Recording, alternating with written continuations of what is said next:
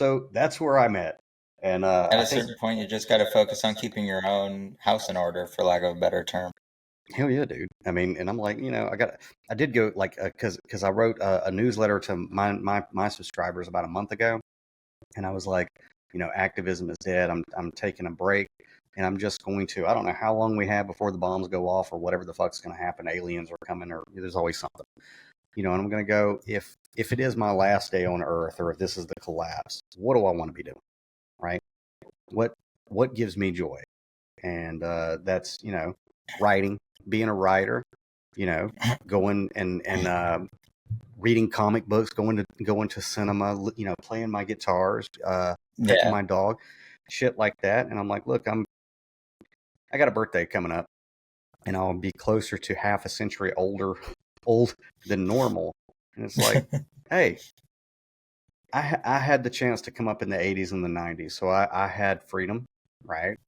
I could check that off. I became a published author, which was the only thing I really came here for. Had plenty of adventures in my life, you know. So what the fuck? And I'm done with it. I'm totally done with it. I think, uh, like for a month, the past month, it was weird because it was almost like I had withdrawal. You know what I mean? I believe that. Yeah, Yeah. I think I had a similar thing happen when I stopped doing podcasts. Did you get depressed?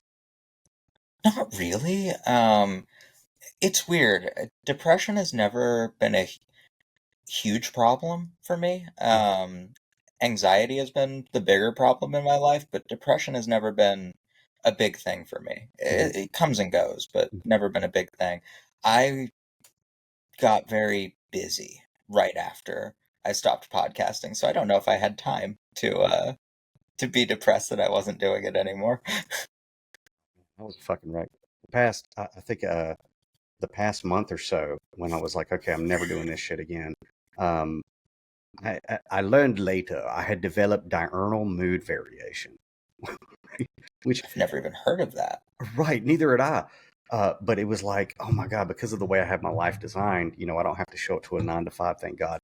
I could pretty much set my schedule or whatever. But I started having the hardest time waking up. And when I say the hardest time waking up, I mean when I would start to come back into my body from a deep sleep, immediately I was hit with like the most negative thoughts and feelings that you can possibly imagine. Yeah, the negativity hits you right around sleep usually, either right when you're waking up or right when you're going to bed. Oh, it was horrible. And I stayed in the fetal position in my coffin for almost a month after this shit. And I was like, this is not normal, man, because when the thoughts hit you, Yeah. or when they were hitting me when I was trying to wake up, you just lay there, you know. But it also makes sense. I mean, you had kind of made activism your purpose for a long time, and then you gave up your purpose. 20 years almost. Yeah, Yeah, 20 years. yeah. Yeah, yeah. So yeah, for a minute there, I was like, I don't know what the fuck to do with myself. But yeah, man. And then I got to thinking, my girl, she's very, very patient with me, and she's in the healing area too. So we had to track it down. But come to find out, what it was diurnal mood variation is basically morning depression, which sounds like no big fucking deal. But I'm going to tell you some shit. It was not good. It was not good. And what it was Oh, yeah. your cortisol is firing off too much to where when the cortisol fires off in the morning to try to wake you up, it pushes you past that. And if you have like a history of CPTSD like me, it'll put you in fight, flight, faint, or fawn, which is what was happening to me. And oh my God, that was almost unsurmountable. But when I finally, had a name for it, diurnal mood variation, then I could look up, okay, well, this is some of the shit that I could do to correct it. And then Hmm. since then, uh, I'm like, okay, I'm diving back into what I was supposed to be doing, which is I'm writing a novel now.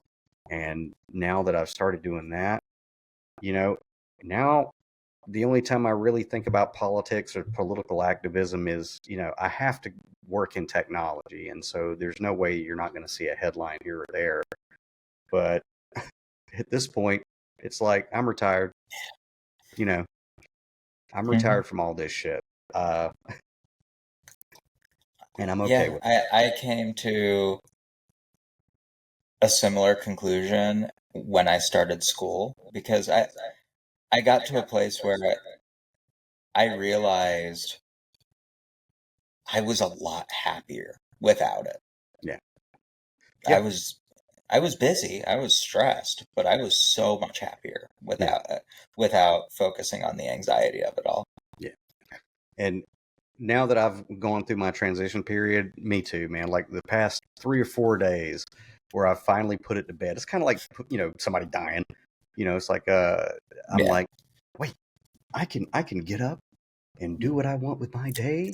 I've been to the movies more to go see other, dude. And for a long time, I didn't even go to the cinema, but now I'm, going to the cinema. That's the end of this clip, but the full episode is waiting for you. Subscribe to the Downloaded Content Podcast on Spotify or watch on YouTube. For more behind-the-scenes content and exclusive access, sign up for the Downloaded Content newsletter. And while you're at it, pick up Then Came the Flood by Daniel Louis Crumpton, available now wherever books are sold.